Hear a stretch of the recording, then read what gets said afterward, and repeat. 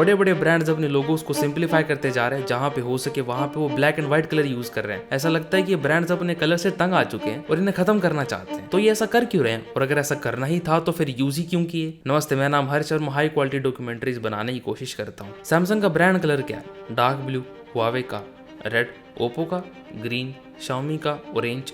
इसके बारे में हम सबको पता है ना। लेकिन अगर आप अभी samsung.com पे जाओगे तो वहां पे आपको लोगो ब्लैक एंड व्हाइट में मिलेगा, ब्लू कलर कहीं पे भी नहीं मिलेगा। oppo.com पे जाओगे ग्रीन नहीं मिलेगा, vivo.com पे भी ऐसा ही है। लेकिन वियर्डली वेबसाइट के आइकन पे इन्होंने कलर्ड लोगो यूज किया। इसके बारे में हम आगे बात करेंगे। ये लोगोज तब के हैं जब ये कंपनी स्टार्ट हुई थी। इन लोगोज में या तो कलर्स का यूज किया गया है या सिंबल्स का, और कई बार दोनों को एक साथ भी यूज किया गया है। और ऐसा करना बहुत जरूरी भी है, क्योंकि जब एक छोटी कंपनी स्टार्ट होती है तो शुरुआत में दो गोल बहुत इंपॉर्टेंट होते हैं। पहला, अपने आप को कॉम्पिटिटर से अलग दिखाना, अपना लोगो अलग अलग जगह पे लगाना ताकि कस्टमर को बार बार दिखता रहे और ब्रांड के बारे में याद दिलाता रहे। दूसरा, कंपनी के शुरुआती दौर में किसी को कुछ खास पता नहीं होता है कि कंपनी करती क्या है, तो ब्रांड्स को अपने बारे में और अपने प्रोडक्ट्स के बारे में क्विकली और क्लियरली बताना होता है कि वो है क्या और करते क्या है। ऐसा करने के लिए कुछ शेप्स और सिंबल्स का यूज किया जाता है, जबकि कलर्स को माइंड में सबकॉन्शियसली कंपनी के प्रति कुछ इमोशंस ट्रिगर करने के लिए यूज किया जाता है। जैसे ऑरेंज और येलो यूथफुलनेस और डायनामिक के लिए, ग्रीन को शांति और पीसफुलनेस के लिए, ब्लू को सॉलिड, रिलायबल और टेक्नोलॉजी ड्रिवन दिखाने के लिए, और रेड को फास्ट मूविंग और इनोवेटिव दिखाने के लिए। अगर कोई कंपनी सिंबल्स और कलर्स का यूज नहीं करेगी तो वो बाकी ब्रांड्स के एडवर्टाइजमेंट के बीच में कहीं खो जाएगी।